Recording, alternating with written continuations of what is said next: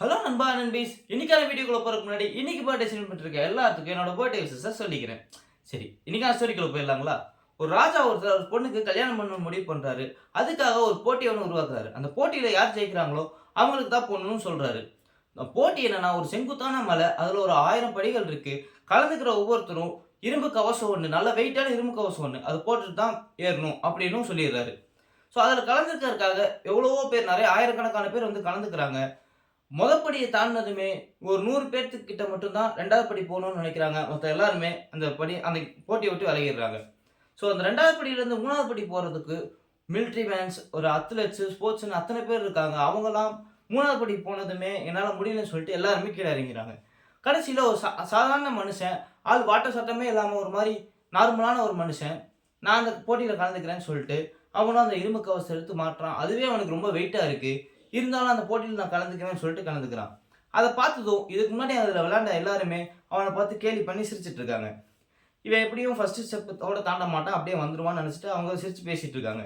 ஆனா இவரோ first step தாண்டி செகண்ட் ஸ்டெப்பும் போயிட்டாரு. ஆனா 3வது ஸ்டெப் போகும்போதே அவர் கை கால்லாம் ரொம்ப நடுங்குது, வேர்த்து ஊத்துது. இருந்தாலும் பரவால்ல, அவர் 3வது ஸ்டெப்பையும் அப்படியே ஏறி மேல போயிடுறாரு. அந்த 3வது ஸ்டெப் மேல ஏறும்போது அவர் மயக்கமே போட்டு விழுந்துருவாருன்ற நிலைமைக்கு போயிடுறாரு. இருந்தாலும் அவர் மனசுக்குள்ள அவர் சொல்லிக்கிறாரு, ஒவ்வொரு ஸ்டெப்பா ஏறிறலாம், ஒவ்வொரு ஸ்டெப்பா ஏறிறலாம்.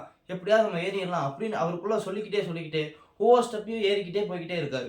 அப்படி போயிட்டே இருக்க, அந்த போட்டிருந்த கவசம் இருக்கு இல்லையா? அது ரொம்ப வெயிட் கொஞ்சம் கொஞ்சமா குறைஞ்சுக்கிட்டே வர்றத அவர் ஃபீல் பண்றாரு. ஒரு வழியா இப்படியே ஒவ்வொரு ஸ்டெப்பா போய் அந்த முழுசா அந்த 1000 படி ஏறி அந்த போட்டியும் ஜெயிச்சிடுறாரு. அப்பதான் அந்த ராஜா அவர பார்த்து ஒரு சீக்ரெட் ஒண்ணு சொல்றாரு. ஆக்சுவலா உங்க கேடயத்துல நான் வந்து மேக்னெட் ஒண்ணு ஃபிட் பண்ணியிருந்தோம். அதனால தான் எல்லாருமே மொத ஸ்டெப், 2வது ஸ்டெப்லயே கிளம்பி கீழ வந்துடுறாங்க. இந்த போட்டிய விட்டு வெளில போயிடுறாங்க. ஆனா நீ உன்னோட வில் பவர்னால எப்படியோ நீ மேல ஏறி வந்துட்ட. ஸோ அந்த மேக்னெட் தான் உன் வாழ்க்கையில இருக்கிற கஷ்டம். இந்த படி தான் உன் வாழ்க்கை. நீ உன் இலக்குக்கான பாத.